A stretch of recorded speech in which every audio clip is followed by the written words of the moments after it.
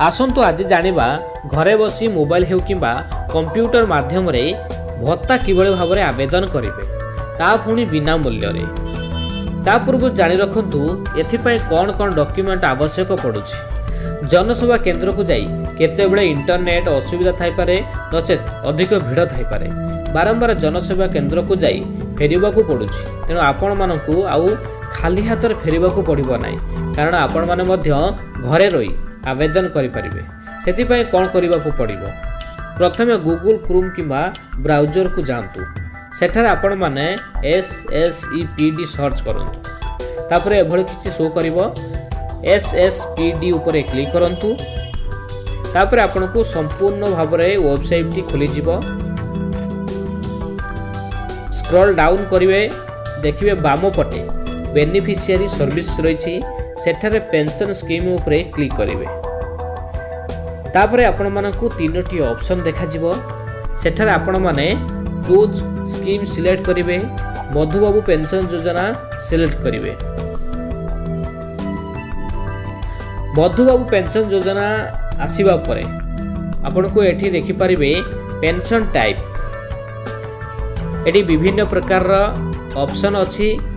आपण old age pension, widow pension, disability pension एमिति बहुत सारा गुडे अछि। एठी आपनकर जौथि पई आवेदन करूछंती सेठी आपण तापरे क्लिक करिवे। तापर रहिछि नेम एज पर आधार। आधार अनुसार एठी आपनकर नाम लेखिबा को पड़िबो। तापर आपनकर बापांक नाम नचेत स्पाउस नेम लेखिबा को पड़िबो।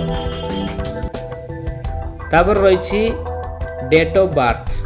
एठी आपनकर डेट ऑफ बर्थ देबे। तापर ला अपलोड एज प्रूफ।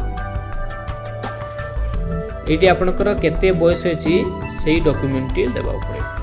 तापर आपनको एटी देबा पड़िबो जेंडर, मेल की फीमेल एटी आपण देई परिबे। तापर ला आपनकर एटी आधार नंबर।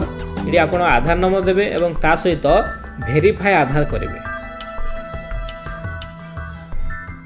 ता तळुक रहिछि आपनकर आधार कार्ड स्कैन करिया पड़िबो। स्कैन करि एटी अपलोड करिया पड़िबो। तापर रहिछि मोबाइल नंबर देबे, स्टेट देबे, डिस्ट्रिक्ट देबे। एठी आपनकर फोटो देबाकू पड़िबो। Sub division, type address, house number किंबा प्लॉट नंबर देबे, पिन कोड नंबर देबे, कास्ट कोन देबे एठी।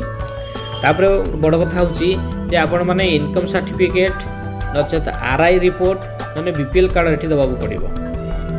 तापर रहिछि आपनकर जदि आपण पाठ पढिछंती ताने एठी आपण सिग्नेचर करिवे, नचेत आपण टिपो चिन्ह एठी आपनकर अपलोड करिया को पड़िबो।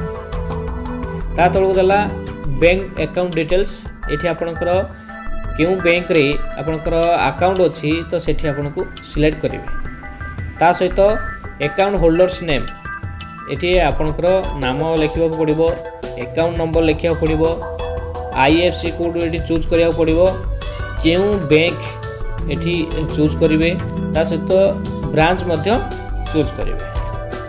तापर आपण जो बैंक रे अकाउंट अछि सेठी आपण पासबुक एठी अपलोड करिवा को पड़िबो।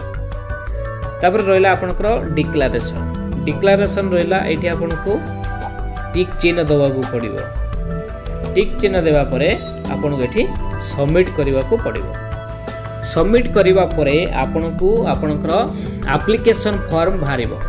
से एप्लीकेशन फॉर्म टी को आपण माने डाउनलोड करी बा प्रिंट आउट करी रखिबे।